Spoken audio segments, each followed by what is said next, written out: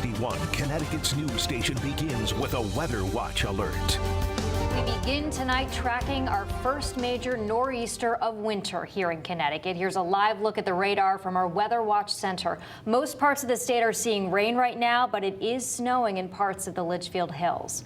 We are on a Weather Watch alert here in Connecticut. Good evening. I'm Jen Bernstein. And I'm Ben Goldman. Thanks for joining us here at 10. It's been a warm winter overall in Connecticut, but Mother Nature saved most of the snow for last as we're dealing with another March winter storm here. We have live team coverage of this nor'easter tonight.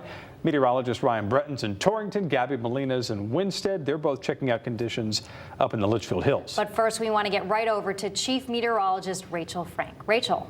Yeah, we're seeing rain across most of the state, like you guys mentioned, but the areas that are seeing snow right now will get a prolonged period of heavy wet snow that will last right through the evening tonight and continue into the day tomorrow. This is a nor'easter. That has nothing to do with the fact that it's producing snow, but that northeasterly wind direction, although the strongest winds with this system may actually be as the storm is pulling out, heading towards this time tomorrow night. We could see winds gust up between 40 to 50 miles per hour. A huge range in snowfall total, so your opinion of this storm is going to vary greatly depending on where you live. For many, it's mostly rain, a little bit of wind, some snow on top, but certainly a lot more manageable than what some of the hills will get. And parts of northwestern Connecticut could see anywhere from a foot to 1.5 feet of snow. And in these areas, this is a high impact storm with the chance for outages from heavy wet snow. Minor coastal flooding is possible along the shoreline overnight. And tomorrow, variable travel conditions. For some, the roads will be okay for the morning commute,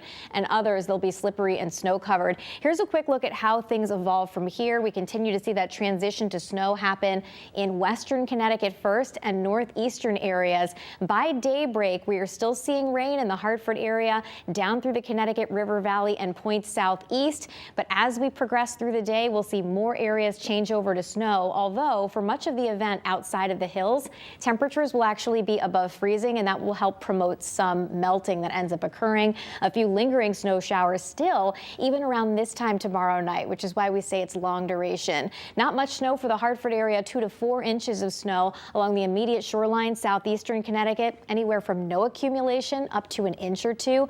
Tricky call, and then some much higher amounts as you head up in elevation, and there's that jackpot in northwestern Connecticut. One of the areas that will get the most snow is Torrington, and for more on how it's looking there, let's head to meteorologist Ryan Bretton. What are you seeing, Ryan?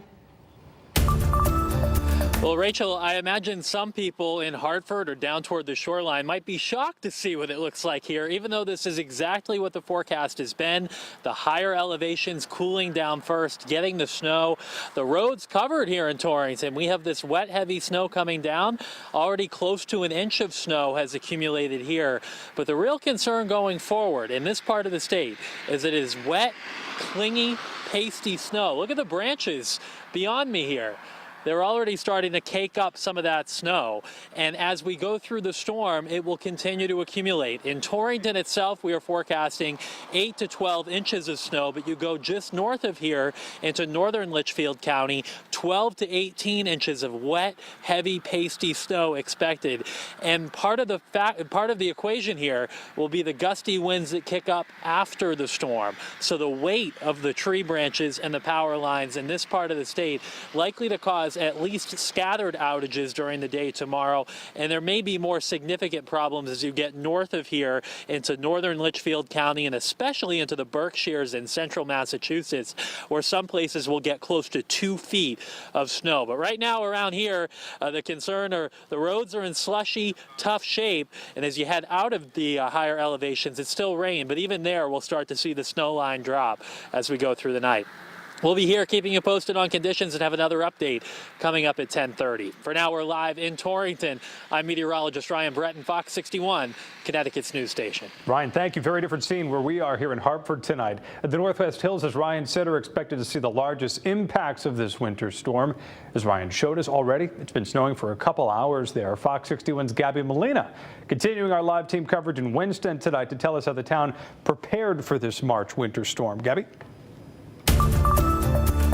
Ben, yeah, it has been snowing for a couple of hours here in Winstead as well, and it is really coming down at this point. Take a look behind me across the street here. You can see on the green behind me that the snow is starting to accumulate. Again, it has been snowing here for a couple of hours, so it is coating those grassy surfaces. But then take a look at the roads, too. It is also starting to collect on the roads. A bit of a slushy consistency here in the shoulder, so definitely if you have to head out, be sure to take it slow. Speaking of the consistency, take a look at what we're dealing with here. I'll try and make a little snowball quickly. This is the type of snow that gets very compact very quickly. I mean, I'm having no trouble forming this into a ball. This is not a snowball that I would want to get hit by. It turns hard very, very quickly. This is the type of snow that they are expecting to see here in the hills. And with this type of snow comes the concern for power outages. A rainy Monday in the Northwest Hills turned to wet, heavy snow by the evening. The beginning of what will likely be a long stretch of snowfall across the area. It definitely looks like it's going to be the largest storm that we have had in Norfolk this season. Crews spent the day preparing for an all-hands-on-deck effort and expect to be on the roads from Monday night to at least Wednesday afternoon, with the possibility of more than a foot of snow in this area. All the snow conditions, with it being heavy and wet, makes it more greasy. So it does make it more slippery, especially after they start plowing and you have that couple of inches on the road. It will be a challenge to drive on. But there's also a concern about people being left in the dark. It is going to be a significant amount of snow, and it's going to be very wet, and it's going to be very heavy. So that is our primary concern, as that will lead to mass power outages. Winchester's town manager says there's a plan in place to open an emergency shelter if necessary. We don't want to open it needlessly, but we are prepared in the event that we need to open it and people out there need heat. Meantime, people spent the day making sure they were ready for that possibility as well. Making sure I have diesel for the tractor to clear the driveway and getting gas for the generator, so just to make sure. I'm up on the hill and it gets pretty windy and they're talking about a lot of snow at the higher elevation, so I'm a little worried about that, but we'll see. While folks here are used to winter weather, they haven't seen too much of it this season, but say they are ready for whatever. Not too much. We just got to plow at home. We're just going to shovel and just take it as it goes. Now, school is already canceled here in Winstead and Winchester for tomorrow and the surrounding towns, whereas other towns, maybe in like central Connecticut, may be waiting a little bit longer to make the call. That kind of gives you an idea of where we're going to see the biggest amount of snowfalls, the most impacts from the storm. Now, we are going to give you another live look, another live update from conditions here in Winstead coming up in about 30 minutes or so. Live in Winstead, Gabby Molina, Fox 61, Connecticut's news station. We appreciate that, Gabby. Thank you. Well, this nor'easter could knock out power in certain parts of Connecticut. Eversource saying it's prepared with crews and equipment as more than 130,000 customers could lose electricity, according to the power company. You can go on our website, fox61.com, to learn what you can do if you lose power and how to report an outage there. You can also scan the QR code that's on your screen right now to download our Fox 61 app. That's where you can find the latest radar, hour-by-hour forecast, closings, and other important information to keep you updated. Well, President Joe Biden says Australia is buying nuclear-powered attack submarines made right here in Connecticut. This move is the first step in a new defense partnership called AUKUS. Australia will buy 3 Virginia-class nuclear-powered subs from the U.S. with the potential for 2 more in addition to be delivered starting in 2032. Some of the subs will come from Electric Boat here in Groton, Connecticut. Australia is a proud non-nuclear weapon state and is committed to stay that way. These boats will not have any nuclear weapons of any kind on them. Each of us standing here today, representing the United States, Australia, and Great Britain, is deeply committed to strengthening the nuclear non-proliferation regime. The purchase is just the second time the U.S. has ever shared nuclear propulsion technology. It also comes as General Dynamics Electric Boat is looking to hire more than 5,700 new workers this year.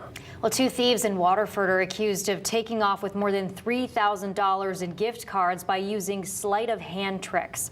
Take a look at these photos right here of the 2 men. Police say they stole from the CVS on Boston Post Road on Friday. The suspects are also accused of doing the sleight of hand trick in a neighboring community earlier in the day. Well, tonight at the Capitol, state lawmakers are focusing on how healthcare workers can feel safer on the job. Health experts say attacks on hospital staff have been increasing since the pandemic, and nurses say they aren't comfortable at work. A proposal would allow a hospital to remove a non-emergency patient if they threaten anybody's safety and would hold them accountable for their actions. They've been threatened with rape. They've been threatened with violence. They look up their names and numbers outside in the community. The word needs to get out, and it needs to be understood that there's zero tolerance for violence in healthcare. According to a national nurse database, dozens of nurses are attacked by patients each day.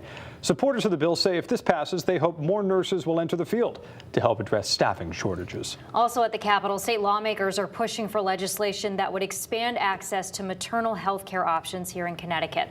Lawmakers attended a public health committee meeting this morning to discuss the legislation. The measure would allow the state to license freestanding birth centers as an alternative to traditional hospitals.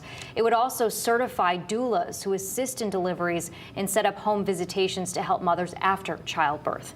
Leaders tell us these options lower the cost of giving birth while offering more convenient and safe delivery options.